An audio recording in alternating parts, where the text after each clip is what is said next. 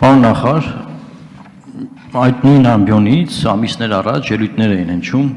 Հայաստանի ԵՏՄ-ի անդամակցության դրական կողմերի մասին, որ Հայաստանը անդամակցելով ԵՏՄ-ին կսկսի զարգանալ, բյուջեի հարկային եկամուտները կավելանան տնտեսական զարգացման արդյունքում եւ այլն եւ այլն։ Այսինքն ինչ տեսանք այս ամիսների ընթացքում դա ըստ էության տեղի չունեցավ եւ ակնկալիքներն էլ հուսադրող չեն։ Հիմա ինձ հետաքրքրում է թե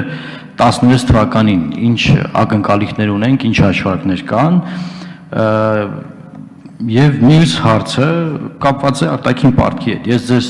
ելույթում շատ լսում եի, պարոն նախարար, դուք նշեցիք, որ 16 թվականին արտաքին պարտքը կկազմի 5 միլիարդ 569 միլիոն դոլար։ Տպավորություն կա, որ արդեն մենք սկսում ենք պարտք վերցնել, որ եղած արտաքին պարտքի տոկոսադրույքները վճարենք, այսինքն դրանց սպասարկումը գնալով տարեստարի թանկանում է։ Վտանգ չկա այստեղ, պարոն նախարար, որ մենք այսքան պարտք ենք կուտակում եւ դրա սպասարկումը տարեստարի թանկանում է մեր համար եւ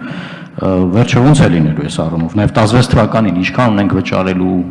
ել ինչ վարկեր են ակնկալվում, փաստորեն արդեն հաշված է ակնկալիքը, որքանով հասկանում եմ։ Շնորհակալություն։ Շնորհակալություն, պարոն Մարուկյան։ Եվրասիական տնտեսական միության անդամակցվելուց բնականաբար ոչ մեկը չէր կարող գուշակել, թե ինչ տնտեսական իրողություններ կունենանք, եւ այն հաշվարկները, որոնք մենք փորձում ենք հաշվարկները, ենթադրությունները, որ մաքսատուրքերի միջոցով կփակվեն հնարավոր կորուստները, իրականության մեջ ճիշտ եք նկատել, որ այն չէր, ինչ որ մենք կանխատեսում ենք։ Մենք 10 ամսվա ընթացքում ունենք մաքսատուրքերի գծով 15 միլիարդի ավել եկամուտ, բայց ավելացված արժեքի հարկով բնականաբար ունենք կորուստներ։ Հիմնականում դա կախված է Եվրասիական տնտեսական միության անդամ երկրների մոտ ներմուծման ծավալների կրճատմամբ։ Բնականաբար, եթե ներմուծման ծավալները կրճատվում են, համապատասխան մաքսատուրքերի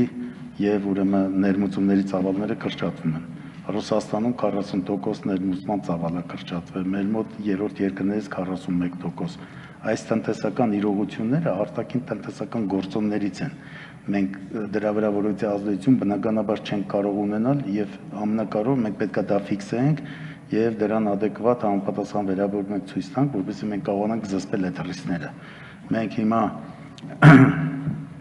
ներմուծման ծավալների հետ կապված ճնշումներից է կախված մեր բյուջետային մուտքերի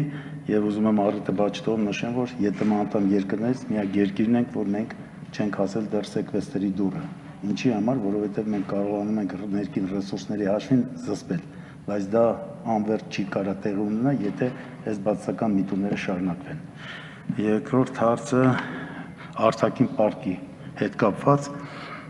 Ես նշեցի արտաքին պարտքի հետ կապված ցանկացած ցուցիչների ավելացումը իհարկե վտանգ է իրանից ներկայացնում եւ այդ փոխարժեքի հետ կապված խնդիրները իրոք ավելի արագ տեմպերով է զարգանում, դրա համար մենք հիմա մեր ուղղությունը հետևյալն է, որպեսզի մենք կարողանանք ավելի ցածր տոկոսադրույքներով, եթե արտաքին պարտքին է վերաբերվում, միջոցներ ներգրավենք եւ